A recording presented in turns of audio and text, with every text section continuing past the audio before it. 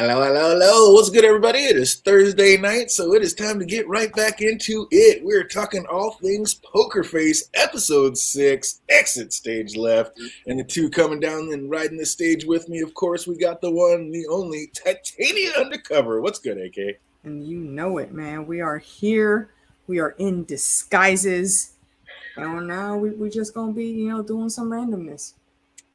Oh, and the one handling some of this randomness with us is going to be This Ain't the Apollo, the one, the only Phantom D Saint. What's good today, brother? Yo, it's been a while since I've been to the theater, but hey, we're here in this damn episode. Absolutely. We're taking it to the stage. We're going to go to the dinner show, get some things in. And I love how hold on. I'm sorry, one quick, just a slight interjection. Where did you figure out where she was going to be? Oh, yeah. The Giant Tamer wants us to start doing that, too. She's like, by the second commercial, you guys should all write down what you think's going to happen. Yeah. Who's the killer, who's going to die, and how it's going to go down. I was like, I think that'd be fun for the rest of the season. Yeah, that was exactly my thought.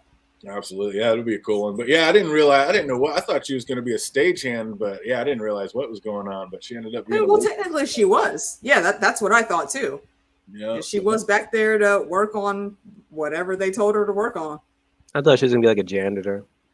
This show got so slapstick ridiculous through part of it. I was like, what are they doing? Like at some points I was just like, what's happening here? Like this is getting ridiculous. It's low key. That's low key the best part of it though, because that was the point.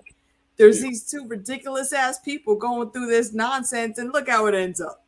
Oh, it was madness and maddening. We're going to talk about it. What's up, Jay Cruz? I see you out there. What'd you think about this show? Oh, it was, a little bit rushed. What I see him say, he says he thought it was a little bit rushed, could have broken it down into two. I don't even know if they needed 2 episodes. I just think they needed better writers on this one. I think the writers got a better ending. For me, it felt rushed, though. I don't know. At one point, I kept looking at the timing. I'm like, wait a minute, already? Or she's figuring out like X, Y, and Z already? Like, oh my gosh. Yeah, exactly. It just felt like lazy writing on the show to me. I blame the writers. Yeah, they did. It just felt like lazy writing, 100%. It did shock me in the beginning that they were like plotting to kill the character, the Titania's character. Because at one point, I'm like, wait a minute, are they going to accidentally who's going to die first, and then they're going to figure, okay, he or she plotted to kill the other. But then all of a sudden, Titania dies. I'm like, oh shit, was that an accident? And then they have to figure out, okay, how to make sure that they don't get blamed for it. And then literally when the other person, I think it was the sheriff, not the sheriff, what? Either it was the sheriff or the mayor, whoever it was, left the room. They start kissing. I'm like, wait a minute. Oh, the sheriff. Yeah. They start kissing. Like, wait a minute. So that was planned this whole time. Like they were literally acting. It really took you that long. I'm kind of side-eyeing that though, because it feels like the energy they were giving off is she went in there genuinely in the beginning to try to pull him in, but that didn't work. So it took Titania actually convincing him to do the thing, and then her, I think, working on him some more while the rehearsals and shit were going, and that's when the plan came up. I don't think it was from the very beginning. It didn't seem like 100%. It to me. No, 100%. Yeah, he just got seduced in the middle of that shit. No, from Jump Street, right out of the gate. Think so? 100. They showed it 100%. Like when she went, and I didn't notice it, and that's one of the best parts about this show for me is watching it, because I always watch it once just for the entertainment. Yeah, there's a little shit you got to pay attention to. Yeah, and then when I go back and watch it the second time to write the outline, that's when you really start noticing shit.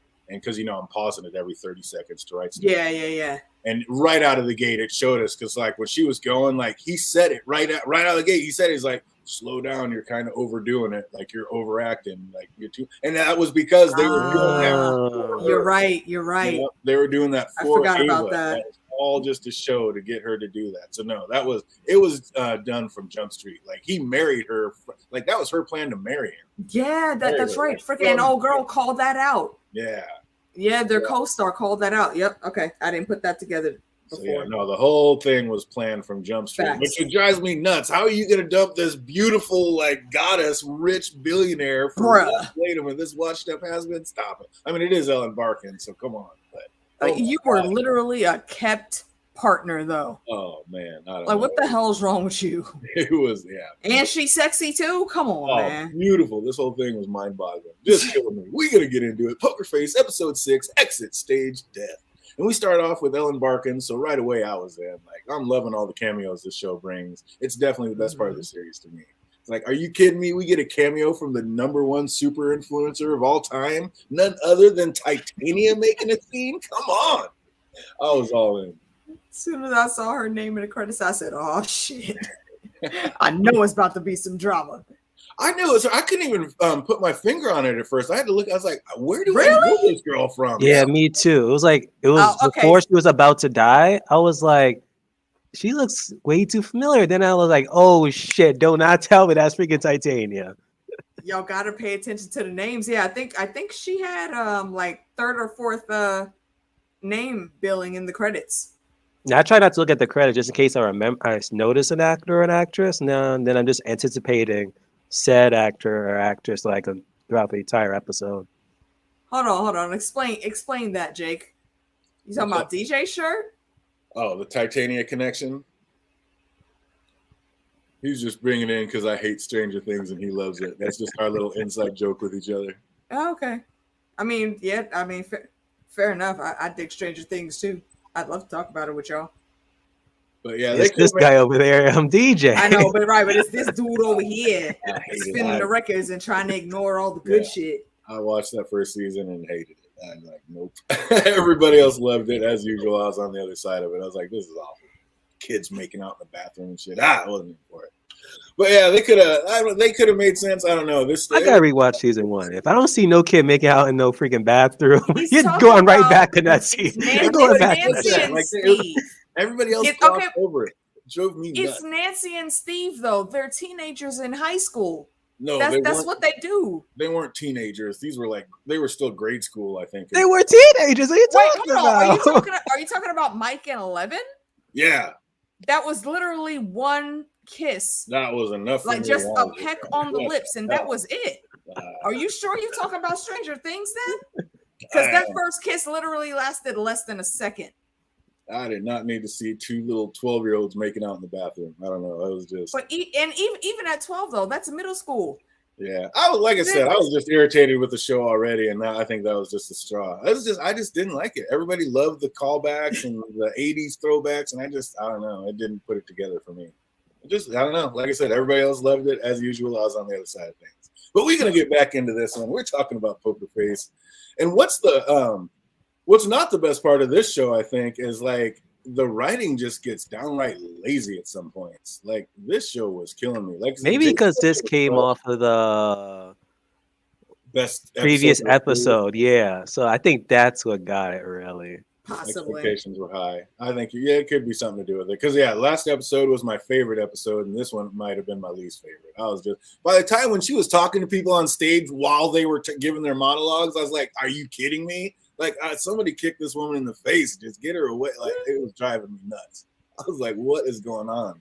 It was like just over the top slapstick at that point. But I don't know. We'll talk about it and see what's up. See if we can change the mind. But Kathleen, played by Ellen Barkin, comes to visit her old co-star Michael Graves, played by none other than Tim Meadows, and she wants to beg him to do one last play with her. And again, it was so revealing watching this the second time and seeing all the clues that they were dropping along the way. Like I said, when she was overacting and he was like, "Slow down, you're overselling it," like little things like that. It's just you see all the little nuggets the second watch through. I really like that part of it. But I gotta say, I called this one about 10 minutes in. Like the Giant Tamer was so irritated. I'm always doing that, but I just knew they were a couple and gonna be like there was gonna be a plot to get this money that he just came into.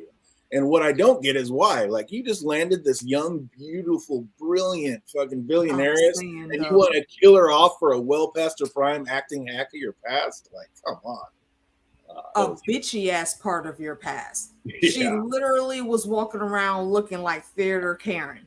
Mm-hmm. And you wanted to leave Titania for that, where you don't have to deal with the bullshit of other people on the stage, where you can get whatever the hell you want because she got money, where you get to touch and bang that beautiful piece of ass.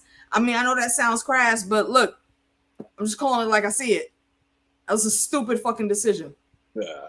A lot of stupid decisions in this show, and it was getting crazy. Yeah, it was more than uncomfortable when they were talking. It just flat out irritated me when they're on stage. But we'll get to that part. But yeah, it was funny watching like great actors act bad, which in itself kind of showed how great their acting chops are. Mm-hmm. Like watching Ellen Barkin and Tim Meadows try to act like be bad actors. Like just the fact that they could pull that off shows how good actors they are. That was kind of cool. Absolutely. Also love the PC like third wheel that wanted to talk about her character's clubfoot and that she'd feel more comfortable if someone from the clubfoot community was there. I was just like, get the hell out of here. That was probably my favorite line in the episode. I would invite her on the streams with us because she called the bullshit early on too. Mm-hmm. Nobody had to say it. She's the one that snuck in and basically did all of Charlie's work for her before she got there. Like, look, I heard you motherfuckers. I know what the fuck you did. Here's my bank account. Here's my email. Drop me a check. Go ahead and make that happen. Exactly. And even Kathleen, like yelling at Rebecca about not having her lines memorized, came into play later. Like with that being how Rebecca knew that they killed his wife on purpose. Like the little nuggets and things they drop hard dope. Love the Easter eggs. And even back at his house, Michael said, "Careful, you're kind of overdoing it," which was what I was talking about earlier. Like now on stage, he's giving her that same look. I'm like, they're gonna kill somebody. And at first I was like, it was going to be Rebecca, the third wheel on stage. But then I was like, no, duh, of course it's going to be the wife for all her money. Like, yeah, it took me no time to put this one together. See, and that's the problem that I had with this, is they were planning this from the beginning. Why did she do the thing with the trapdoor? Or not the trapdoor, he did that for his wife. But why do the light thing? Because that had the potential to take him out. And then how would she access any of those funds? I think that he was like, he knew the light was coming, so he was going to dodge it. Well, no, I'm see. 100%. That's why she put that mark. That's why she put that mark on the door or on the floor. And then she made it like a big idiot to make it look like they hate each other. But she put that mark on the floor so he knew to stand right behind it, so he'd know exactly where to stand, so it would just miss him. See, I thought the mark on the floor had more to do with the trap door. No, it was for the light, so he knew right where to stand, so it would just miss him. Then he could act like that doing it could almost give him a heart attack, which would in turn cause his wife to run. And then she come through and fall. Yeah, and then. And what did it say the first time around? Like stand here, dummy, or something like that. Yeah, see that the margin of error is too high in that whole thing for me. Literally just barely a half an inch over. And was he lying that he couldn't like read or something, or no? That was just something that was something she made up. Okay, yeah, that's something she told the tabloids just because they were always bagging on each other, acting like they hated. Because when the waiter came and he came up to him, he just automatically just signed the menu, and he's like, "Dude, this is the menu." That's because he's a bougie asshole.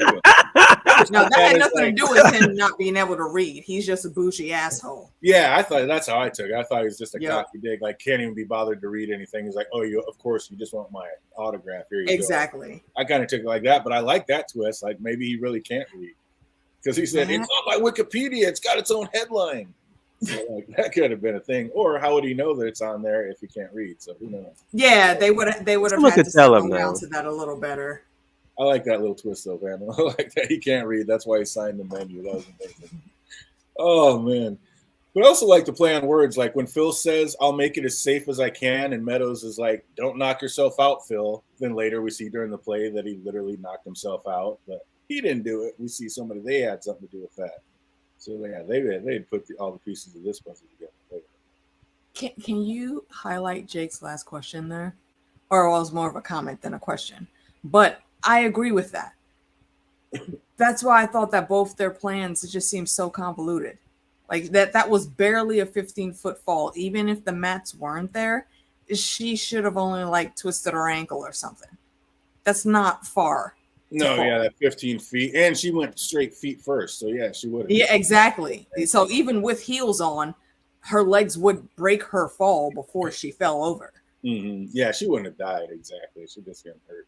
But who knows? Maybe the mat was down there, and maybe she just did that for an escape, and she's going to get out and just run away because the cops are there. So she wanted to give her like great ending monologue. Then she just put a pin in that. Put a pin in that. I'm not talking about the end with. No, I'm not talking about the end with Charlie. I'm talking about when Titania fell down there. Oh, yeah, but Titania came running up, and if you saw, she smacked her head like she fell in. The door gave away. Yeah, see, that's the only thing. That's the only thing that did her in, and that's a lucky break because what all they were planning on was her just falling straight down, not the head injury. They're not the smartest. Yeah, they really they got lucky in that. Exactly. They got lucky it even worked that well. So yeah, exactly. Stupid ass plans. Clearly, they never watched an episode of Murder, She Wrote or Matlock. But after how much Kathleen said Michael would be off the on the hook if he walked out of the show, I was like, wait a minute, like how much are these tickets? Like it's supposed to be a one night only show, and they're a small community theater. I'm like, how is you know what? For that much? It don't matter. Give me the amount. I'll have my wife write a check. Yeah. Peace out, bitch. Yeah, exactly. But yeah, that was from like when she said that much money, I was like, wait a minute, what? Like, how could it possibly be that much to put? Because she added on a bunch of line items that meant nothing to anyone but her. Something, I guess. That was ridiculous. But they fill what is there, and it seems to be a packed house, and that doesn't even stop these two from constantly being in each other's throat, which again was just way over the top. Bruh. And next we see that Phil did indeed knock himself out, or did he? Because it seems to me that Michael slipped something into Phil's thermos. Like, I'm glad I'm not the only one that caught that. He didn't seem all that surprised when he walked in on a totally passed out Phil down there. It's like he was expecting him to be out cold. And then later on, we actually see that he's like, what are you doing with that out? And she's like, oh, an actress that doesn't have Ambien in her thing? I mean, that's no big deal. Don't worry about it. So we see that, they totally put Ambien in his fucking drink and knocked him out. And they show us that a few other times after that. There's like 2 other different times where something's supposed to happen to somebody or somebody needs to be taken care of in the mix. And it's always her, and they pan into the thing that she's going to use against that person. Yeah, oh, the little Easter eggs are amazing. But yeah, when he sneaks past the passed out Phil, we see him like rig that trap door to supposedly kill Kathleen, but that plan completely backfires, or does it? Because of course this is what they're trying to do. And then it seems like the two are like setting up to kill off one another, but it ends up being like the hot billionaires that gets the short end of the dry ice stick. So saw that coming, called it all, and I was like, that's when I think I got sad, because I was like, this is just too easy. Like, what is kudos to you though. Oh my god. The light that Kathleen rigged falls and just misses Michael, but he fakes a heart attack, which gets his wife to rush on stage to get him his medicine. And then she falls through the trapdoor to her death. And a little later backstage in their dressing room, as soon as the cop leaves, they clear the counter and get to smashing. And I was like, called it. Oh, the Terrence had such an evil look at me. She was like, God, shut up. But I was like, nailed it. And she just rolled her eyes and we just kept watching. But she knew it was true. We called that one early. Awesome. You know what's low-key sad about that situation? I think Titania actually loved that dude. Oh, yeah. She absolutely just wanted him out this bullshit game. She was perfectly fine having him be a kept man. She did, because that was her boo. Yeah, no, it was for him. Motherfucker, you did all this bullshit. Yeah, he wanted to get her. It's like she's just like, I just want him to get that acting bug out of his system so we can just be happy together. Like, right, so we can just go chill and be the damn social elites aristocrats that we are. Absolutely brutal. I was like, come on. But finally, damn, bro, that was a catch. Yeah, exactly. Like, what are you doing? Like, yeah, what are you doing? But finally, we get up to our hero, who at the moment is being fired, and luckily there's a friendly right there in the alley to hook her up with another job right away. And she almost gets fired as soon as Kathleen and company come in. Like, she gave 0 fucks when it came to making noise while those actors were rehearsing. You got to kind of love her for that. Like, dude, I'm going to be quiet. Like, she already saw that last crapper show. She just figures this one's going to be just as bad. I was like, she didn't give 2 Fs. But Kathleen said, you think people come here for the food? And Charlie was like, yeah, kind of. I love that part. And then also like how she was totally meta and making fun of her own craft. Like saying it wasn't her fault this place came with a talking wall. And Kathleen telling her that she needed to respect the craft. I don't know. I thought that was kind of a cool little meta conversation they were having, because obviously she's a real actor in real life. That whole conversation was really cool because it kind of reminded me of a conversation that one of the characters on Picard, the Star Trek show, had with the Borg Queen. And the character did something that was absolutely impressive. But the way the Borg Queen turned and looked at her like, you just did something that is extremely hard to do. You've impressed me. And that might seem like a good thing, but I don't think you want the Borg Queen telling you that you impressed her, because no good can come from that. And it's the same shit that happened with Charlie after she did all that. That just didn't work. It could have went way left if Charlie wasn't careful. How great was that, though, when Kathleen said, "It's a good thing you took those earbuds out because you're about to hear the performance of a lifetime." Then sashayed out the door just as regal as one could ever be. Like, I just love Ellen Parkins. She was killing it. She's I was dying with laughter. I'm like, it still ain't going to be a goddamn good performance. Of course not. Right. It's going to be all over the top. Like, I was all in for that part. Like I said, the great actors acting like horrible actors, just showing what great actors are. Just showing the skill they have, yep. That was amazing. I think the last time I saw that chick, it was like in Ocean's 11 or Ocean's 12? It was the one with Al Pacino. That was the third one, I believe. Was it the third one? Okay, yeah. Ocean's 13. But yeah, she was amazing. But Charlie really is a shit waitress, though. I mean, right after like filling up Ava's glass, that other lady puts her glass up to be refilled. Right in front of her, I was like, Charlie, bruh. You making it hard for me to root for you sometimes, man. You did not give 2 F's. Do the job. It's not hard. You didn't have to go out your way. She was literally right there. She's like, I thought Charlie did that specifically so she can drink the rest of that bottle. I mean, maybe, yeah, because that was D-Day when that happened. Yeah. That was amazing. I was like, Charlie just don't give a rat's ass. She said she's just clumsy. and then poor Phil, like getting woke up just in time to see Ava plummet to her death right in front of him. That was cool. That was just timing. That was awful. I felt bad. My man started crying because he felt so guilty about that. No, Phil feels terrible, and that it's all his fault, cool. Which is about the most heartbreaking part of it all. Of course, other than the complete wasted life of a brilliant, beautiful woman, but Phil did not deserve that. That hurt. I'm like, come on. Not at all. My guy deserves better. And then we see he was indeed drugged with Ambien, and Kathleen has zero remorse about it because she's a complete psycho, as we can see. Mm-hmm. And just to prove how crazy she is, instead of sticking to the plan, she sees that they've gone viral and decides to use this as a quick shot to get back into stardom. Not even giving a second thought about how this was all going to look. Like, hey, this woman's just died, and you're going to go on for Act 2? Come on. I was like, how ridiculous was this getting at this point? Oh, man. Oh, but see, that's what it shows. Like, he really didn't care for like Titania, like at all. I was saying Titania all the time. But yeah, it was just like nothing. You just there for the money. That's the saddest part, because like I said earlier, I think she genuinely loved him. Like, what the fuck, bro? You left her. You wanted to leave and kill her for that bitch? Yeah, she could have any man she wanted, and she's gonna go off with you. And she stuck with you. You and your dad bod.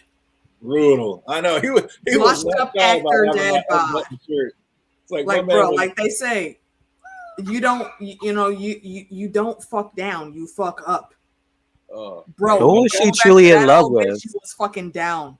Was she love with was she love with him, or was she just love with his character that he played? Maybe she just grew up with his character and was in love with him. That's highly possible, but I don't know. My man was pretty impressed with this. He was pretty impressed with his 62-year-old dad abs. I'm saying, and so was she. She didn't have no problems. Like, bro, you literally had the fucking life. This girl was a catch. You had no business being with her. Nope. And this is how you prepare her ass. Although I will say, for 62, my man is looking in shape. I'd be walking around with my shirt open too if I'm 62 and looking that good. Why not? I mean, true enough. Let's get it. 62 and I look like this. Let's go. But yeah, it was like, come on, man. What are you doing? You're working your way down the ladder, not up. Right. He's the worst. And then to make things worse, Rebecca walks in telling him she knows that they plotted to kill Ava. And even though true, who would have believed that crazy story? And even more so, how could she ever prove anything? I'd have told Rebecca to go jump in a lake. Like, what would you do in that situation, AK? I believe Rebecca, she had proof though. Did she? What all proof? she had to do was play the recording back. The recording, because she had some lines written down? They could have said that's how like I think what she told them is that there were lines written down and she broke it all down. Like, yo, y'all were still on the mic. You didn't turn your shit off. I think that she was able to get a recording of everything that they were saying at that time.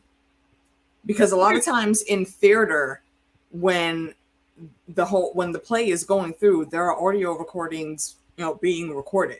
So right. That would not be hard for her to go to one of the sound guys and be like, hey, yo, you got like a press from that wasn't even just proof. The proof was the fact that it was written down. He had lines, and she already knew that old girl wouldn't let anybody have lines. And so the fact that he had it on stage, she thought was weird.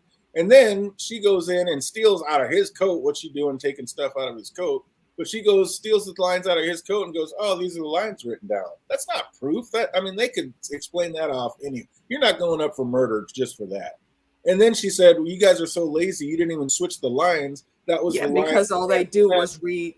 Yeah, they read his old script.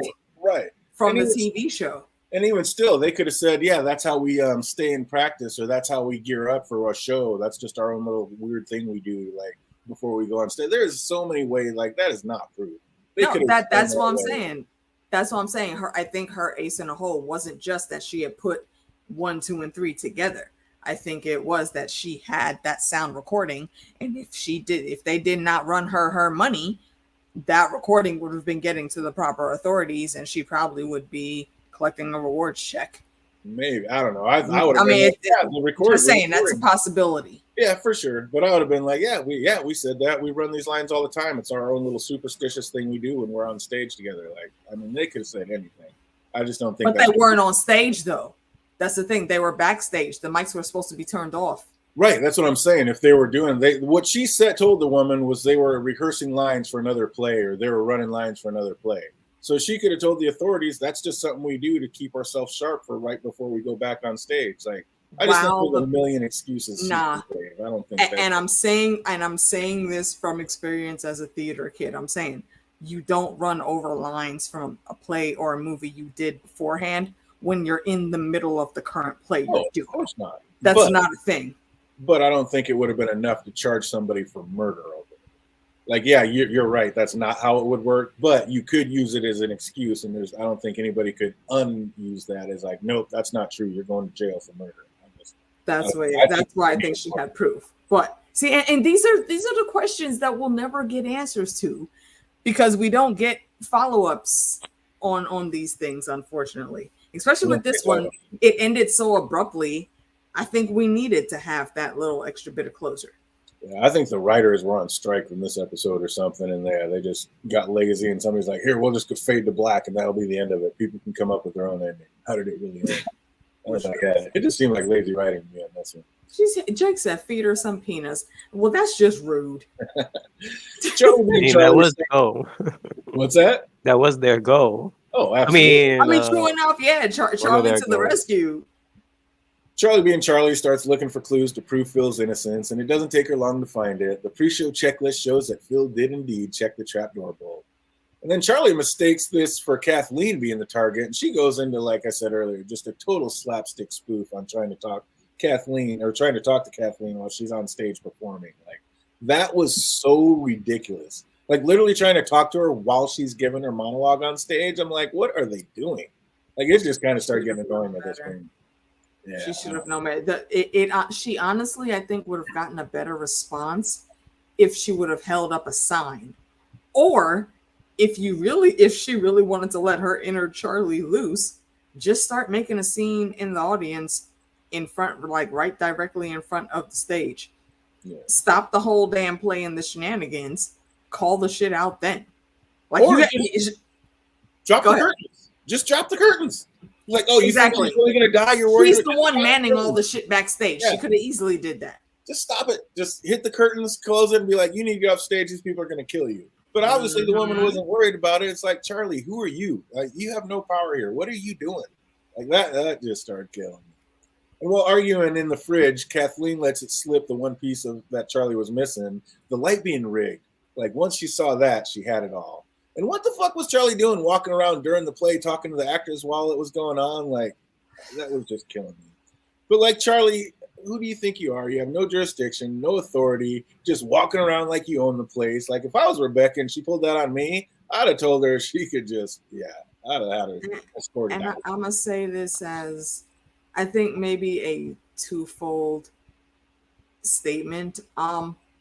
Charlie, who the fuck is you? Like, wait, what's the term in that damn song? Who you think I is? Like, you like you said, you literally have no clout here. If you're trying to get these people's attention about some serious stuff, you need to find a better way. You need to read the room. You've been able to detect lies and bullshit. Ain't working out too good for you here. So you need to imply again the street smarts that she's been missing for this whole series, and get your shit together to get the proper message across in the right way. Yeah, I can't remember which one of you guys said it, but it would be a nice little twist if they come on and show that the reason Charlie's breaking all this down and doing all this extra stuff is because she's the one killing everybody. That's why somebody died. Yeah, that was me. Yeah, it was based on the Angela Lansbury Murder, She Wrote theory. Nobody just walked into this Fletcher. Yeah, Jessica Fletcher was the serial killer, and she was just writing things to be famous and to cover the shit up. Yeah, exactly. Because nobody walks into this much death. It is getting a little ridiculous. Mm-hmm. What are you gonna do? This whole show has gone off the rails at this point. So we'll see. But yeah, if that would have happened to me, if I was Rebecca, I'd have just told her all the offs she could go fuck because I'm done with right. Yeah, exactly what Jake just said. Everywhere this girl gets a job, someone dies. Silly. Like that, there has to be a reason for this shit. And then Charlie sees a blue piece of paper sticking out of Rebecca's coat and just helps herself to a little peek. Like, again, who are you to just go grabbing things out of people's coats? Like, the nerd. And then super conveniently walks straight into the dressing room. Like, even though the paper she took was from Rebecca's coat, she decides to walk into Kathleen's dressing room. Like, why? And then instantly sees the ripped off piece of paper that was under Kathleen's purse. I mean, lazy writing much? This was just so ridiculous. I'm like, what? I mean, nothing. Yeah. This was all irritating. There's a GIF that I think fits this purposely, or fits it very well. I hope it does not offend. Let me see if I can bring it up really quickly. Yeah, it was just too much. And then just by looking at the doggy treats, she realizes that Kathleen must be about to use those to kill Rebecca. Like, how or why? She has I have no idea. Like, she just knows. Like, how does she know? Like, again, just the lazy writing is just mind-boggling. That. Oh, push it up because your name. Oh, is my name in the way? All right, hold on. I'll just What nonsense is this? I'll just edit the name real quick. Yeah. I'm just saying that's the energy it gives off. Yeah, this whole episode is like, come on, Charlie. What is happening here? So then, and again, like I said, she just walks right to the ripped piece of paper underneath the purse, just everything just fitting super conveniently. Why was she even in that dressing room? You just found this paperwork in the other actress's coat. Why'd you go to there? Everything about it was just ridiculous. Totally. And then Charlie runs around like a crazed woman, going all the way to running on stage to stop Rebecca from eating the nuts she's so allergic to. And she does stop her from eating them, but then this just allows her to like charge the other two double for her troubles. And I mean, right there on stage in front of everybody, she just demands double payment. That was kind of funny. I have a question. What's that? Why did what you say her name was? Rebecca? Mm-hmm. Why didn't Rebecca automatically know not to touch that Chex Mix? Because earlier, if you remember, when she was talking about her allergy the first time with the dog and they were bringing some type of treats up, she said, that smells like it has peanut stuff in it. And look here on the bag, it says it has peanut stuff in it. She didn't say that it's on the bag until the other crew guy had walked directly in front of her. So for whatever reason, her senses were on 9,000 and she smelt the peanut butter coming. So how did she not peep that bowl that was right in front of her? And I didn't think nothing of that when I was doing the watch or when I did my rewatch. But the only thing I could say is that it smelled like peanuts to her in the first place. That's why she said something. She's like, I'm super allergic and that smells like peanuts. So maybe it already smelled like peanuts. So when it came through the second time, she's like, okay, this already smelled like peanuts before, so it must be the same. No, because it was a different day. It was rehearsal when the first time she made that claim. Right, but if it was still the same bag and she said, I'm allergic to peanuts and that kind of smells like peanuts, so if it came back and it had peanuts in it, she's already seen it and it already smelled like peanuts, so it probably wouldn't put her on alert. How would she know it's the same bag on a different day, though? Well, it's fake food. I'm sure they're using the same shit every time they run through it. It's just a fake prop. It's just a food prop. I'm sure they're not switching the food props every take. It was probably just the same thing. She thought it was just the same thing. That's how I felt. I don't know. I'm in my experience, you change stuff out after a day's gone by with practice, especially if there's food or something going down. Right. I mean, it could have just been a bag. They pulled it in, they threw it out with that stage, and then they took that same bag and just poured more in for the next round. And yeah. No, they wouldn't take the same bag. Actually, no. Remember the cooks? In the back, they said, such and such crew member has a peanut allergy. So let's not put any type of that stuff out there. The kitchen crew was still, any part of food, the kitchen crew was still responsible for, even if it was food that was going on the stage. Right. But it was already I think that's a small plot hole. It was already not peanuts when it went out there the first time. She just said it smelled like it, but it wasn't. Those were doggy treats that were peanuts. They weren't in the food bowl. They weren't in the prop bowl. Those were doggy treats. They had nothing to do with the cooks or the food or anything. So if that was their stage food and it was just all in a bag, you dump it in, you put it out there, you throw it away. The next day, you dump more in there, you put it out there. Like, I don't know. That makes sense to me. I didn't really get too much into that. But it does not know, and she does not. She does stop her from eating the peanuts, but this just allows her to charge the other two double for her troubles. And Charlie just saved her life, and all she can think about is getting double paid at this point. Like, at that point, I would just like to lock all three of them up along with the writers of this episode and just walk away because I was just done. I was like, this is getting ridiculous. And I do think that Kathleen was right. Like, if they would have just paid her off sooner than later, she would have just came back for more money. So, like, Tim Meadows was like, we should have just paid her off. Like, you cannot pay people like that off because they just spend the money and they come back. Oh, yeah. They're just going to come back and ask for more. See, with her, I don't know. She only doubled that price after they tried to kill her. Yeah, but she would have taken that money, blown through it, and went back for more. That's just what people that, do that to people do. You want to try to do? Are you going to try to don't know. Somebody? I think she was extorting enough money in the first place to get her to where she wanted to be in those Hollywood lands. Yeah, people are greedy. They just go through. But I mean, yeah, you're right. People are greedy. I easily get more money. I'll just do it again. I still have this. I still have it. I'm still going to tell people. Yeah, I think Kathleen was right. She just came back for more. That's what people do. Blow through it for more and then come back and try to blackmail you for more. That's why you can't ever pay them. Just take care of it. I'd have let her eat. Oh, no, Jake, I agree. She's no saint, but nah, she didn't deserve to get the peanuts, man. Not for two sloppy-ass people. You don't want to turn these people in that just committed murder. You're just thinking about yourself. I was hoping she ate the damn peanuts.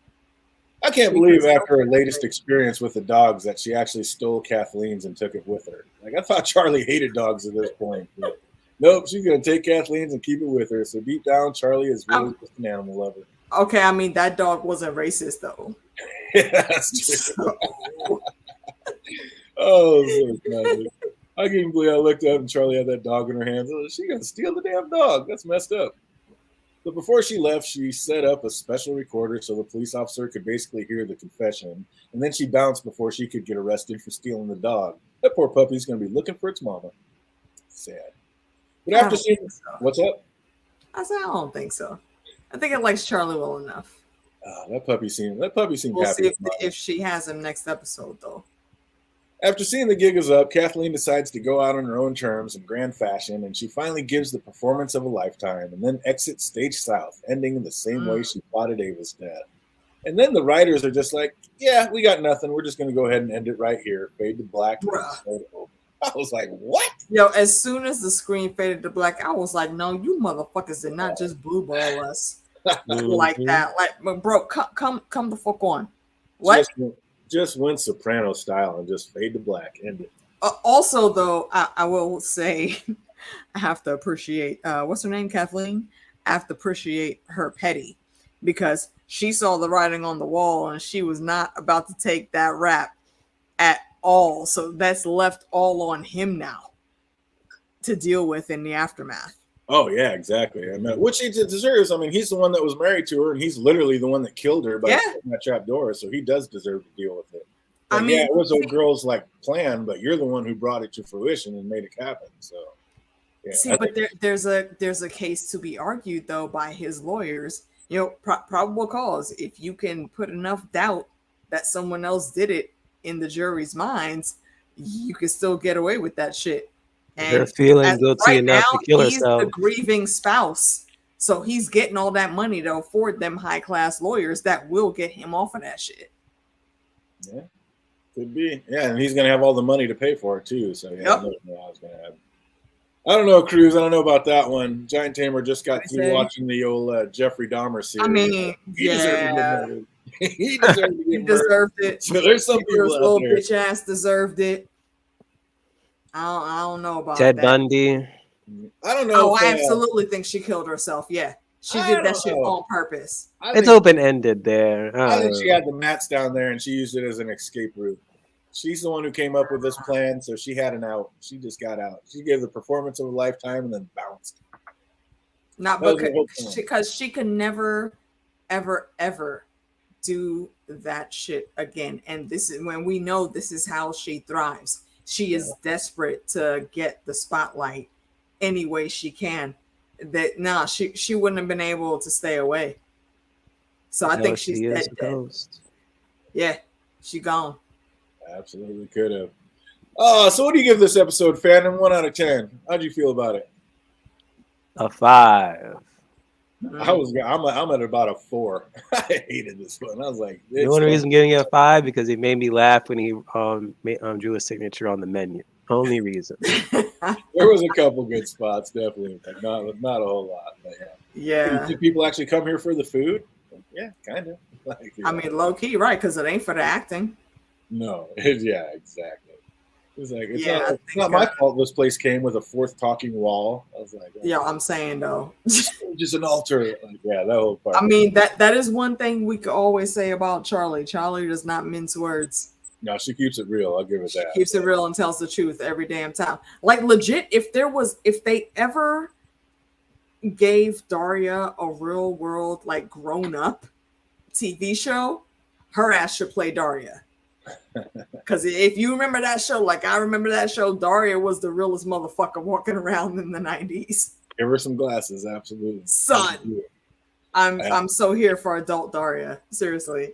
I'd give this one about a 4 out of 10. It just got annoying at parts. It was so over the top slapstick. And I get it, they were trying to lean into it, but I call it lazy writing more. Yeah.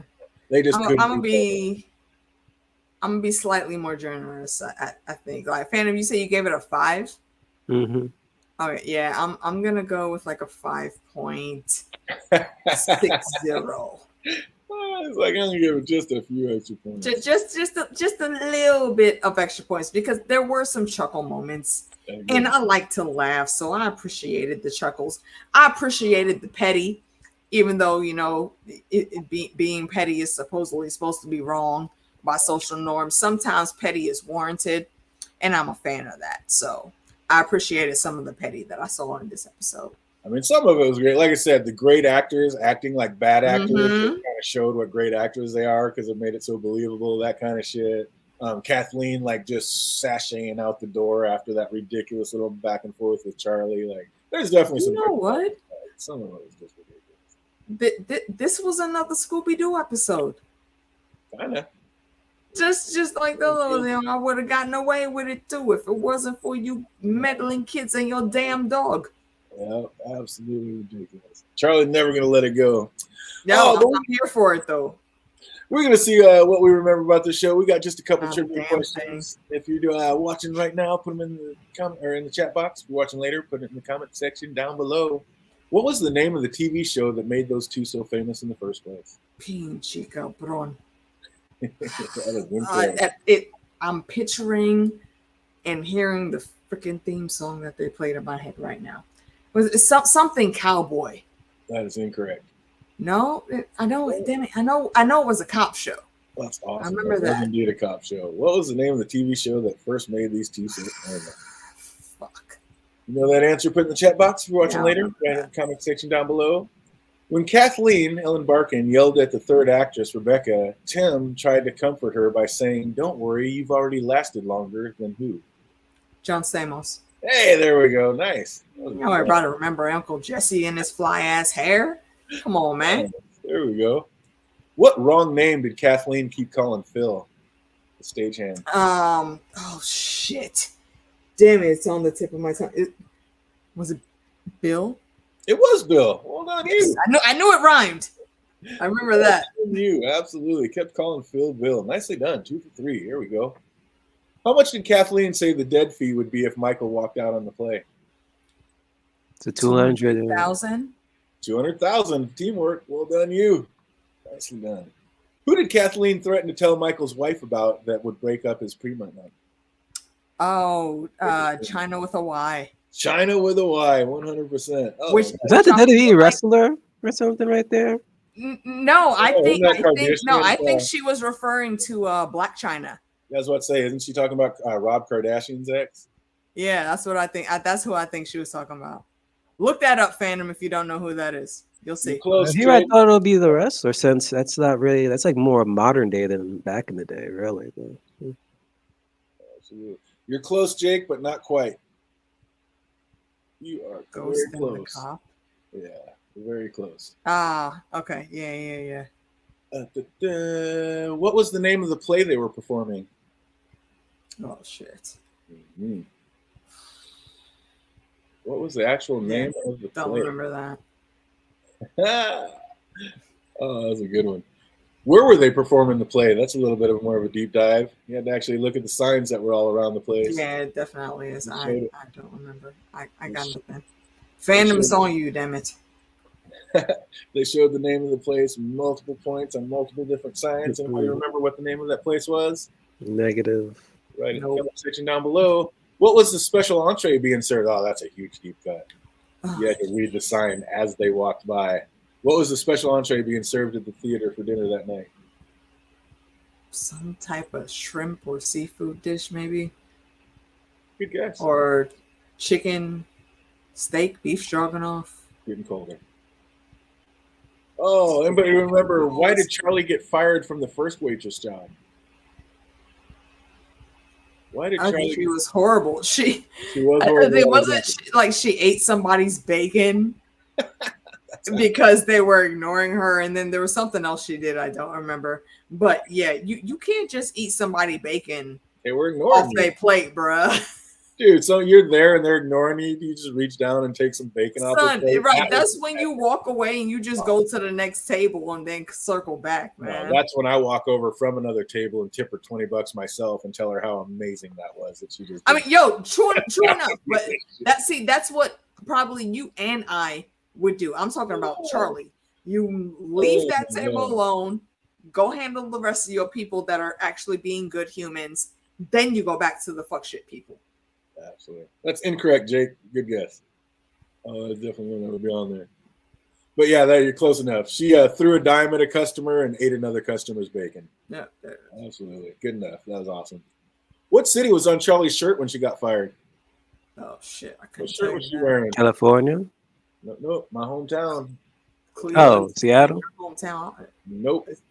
Yeah, no. Seattle's not where you're. Vegas? Where was I born? I don't know why. Hold up. Where are you born? Hold up. Where the fuck were you born? That's a good question. I don't know. What city was I don't think I've ever been on my brain that said that. What's up? What'd you say, Phantom? It's in the back of my brain right now. And you said it too. I was like, wait, you weren't born in a state? He was like, no, I was born. Louis, North Carolina, Florida, Texas. What city was on Charlie's shirt when she got? Oh, see, you asking city. I can name states. Damn, you talking about cities? Not state. What city? What city was on there? Dallas, Chicago. I will say, out of the 50 places you've named, you have named it. That ain't fucking helpful. Was it Chicago? And I ain't said 50 names. It's Chicago. It was Chi-Town. Is it Chicago? Chicago, yeah. You motherfucker. I said that, damn it. We got there. It took a minute. We got there. Here's another deep dive. What play was playing when Charlie first got hired at the theater? It wasn't Hamlet, was it? It was a spoof on Hamlet. It was a Shakespeare, wasn't it? No, it was a spoof on Hamlet. It's kind of awesome. I thought for a second it was damn it, what's the new musical that's been making its rounds over the past couple of days? The Hamilton is what I thought it was. Yeah, that's what you think. I think the mockumentary they were doing was meant to be based on Hamilton. It was a spoof on Hamilton. Yeah, I don't remember what it is. So I know it was something about Ben Franklin's ass. Good call. Absolutely. It was actually called Frankly Franklin. I'm going to give you that one. Awesome. The fact that you can bring that in, we're going to give you that one. It's called Frankly Franklin. It was a spoof on the Hamlet. Oh, man. How long had Charlie been working at the theater when Kathleen brought her play there? 2 years? Incorrect. 2 years? Nah, she ain't even been on the run for that long. She ain't been on the road that long, yeah. Right, that's a lot of shit we would have missed. Right? 2 weeks, 1 week, Incorrect. 3 days, Correct. 7 days, 4 days, 5, 6. Put all those things together, you were there. Yeah, okay, yeah, see, I can't do the maths like that. Yeah. What kind of spirit did Phil keep in his thermos? Jack Daniels. Yeah, absolutely correct. Jack Daniels. Whiskey. Damn. All right. Choice. We loved it. How much did Eva tip Charlie to keep her glass full during the play? Oh, is it 50? C note, wasn't it? It was 100? 100% a C note. Well done, you. Nice. Absolutely correct. It was a C note. What kind of pie was Kathleen going to make during the play? Ooh. I mean, the most famous pie is probably apple, so that's what I'm going to say first. What'd you say? Apple, pecan, cherry pie. Oh, I thought you said something else. Incorrect. Oof. What kind of pie was Kathleen talking about making with Rebecca? Yeah, see, I'm not a pie person, so I can barely even name pies. It's a pie I hate, for sure. A Giant Taylor's favorite. I can't stand it. Yeah. Cherry pie, strawberry pie. Cluster. Strawberry cheesecake. Incorrect. You know that one right in the comment section below. And last but not least, what was Rebecca's stage name in the play? Deep cut, only said one time. Ugh. The fucking daughter's name, yeah, I don't remember that. Absolutely. Michael accidentally during the play said said her real name and then instantly said her stage name right behind it because he was so proud. That's the only time they ever. Jake said Huckleberry. It was not Huckleberry Pie. I'll probably eat Huckleberry Pie. I do not like the pie she was talking about. Okay, so what was his name? Dad and Giant Taylor's. Or what was her name? What was Rebecca's stage name in the play? And said I one time. I want to say Victoria. I don't think that's right. Incorrect. Yeah, Sarah? Yeah, that is incorrect as well. You're watching these later, write it in the comment section down below. But that is going to do it for this episode. Stella? It was, what's that? Was it Stella? No, Stella. No, it was not Stella. God damn it, Jake. Come on, man. You're supposed to be helping. Oh, man. But yeah, like I said, man, after coming off my favorite episode of the season, this one. Yeah, a bit of disappointment for this one. But it definitely plummeted. It was right back down. I was like, oh, my God, this isn't Monk. This is worse. Like, it got so freaking cheesy. So, But yeah, we'll get it in. Hopefully it brings it back on the next one. And yeah, we'll be right back up here for episode 7 next Tuesday. You guys got anything to plug for tomorrow going on this weekend? Book trivia. Indeed, yes. We got trivia tomorrow on the Citadel of Trivia. The theme is books, and it is also National. Hold on, wait. Let me make sure I get it right. Because actually, we picked this topic as a fluke. Like we weren't really paying attention to any of the holidays or things that are celebrated on the calendar. But oh damn it, where'd it go? Where'd it go? I think it's like National Readers Month. Oh shoot. Or something like that. Yeah, so it worked out pretty cool that our topic that we'll be doing our questions around is books. So it's looked pretty awesome. Drop by Citadel of Trivia Friday at around 8 o'clock. And we'll have that popping off for y'all. National Reading Month is officially what it is. So if you got some cool books that you want to talk about, actually also, I am trying to start the book club back up that me, Fandom, and Lav had many moons ago. So if you want us to chat about some of your faves, let us know what those faves are, and we'll see what we can do. There you go. Bada boom, bada bing. Get your book club on. So that's gonna. Wait. Hold on. Sorry. Also, if you're watching the Plant Zombie show, The Last of Us, with our homie, Oberyn the Red Viper, and our Lady Bear, little Liana Mormont, come check me out on a Sunday. If you don't have anybody to watch the finale with, come watch with me. It'll be a fun time. And then come back on Monday for the discussion. We're going to have a nice, well-rounded panel like we did for the finale of House of the Dragon. It's going to be a ton of laughs. And Saturday, I believe myself, JD the Dragon, my brother, and the cousin sister, Lady Meeks, is going to be on my channel. And we're going to do some late night getting tipsy and playing some Jackbox games. So come through and have some fun with us. Sounds like a party indeed. So if you got nothing to do on Friday or Sunday or Monday, make sure you have a spot to hang out with the crew. So that's going to do it for us. Hope everybody out there is having an absolutely fantastic week, and it only gets better from here. Until we see you next Tuesday. Be easy, everybody. Peace, y'all.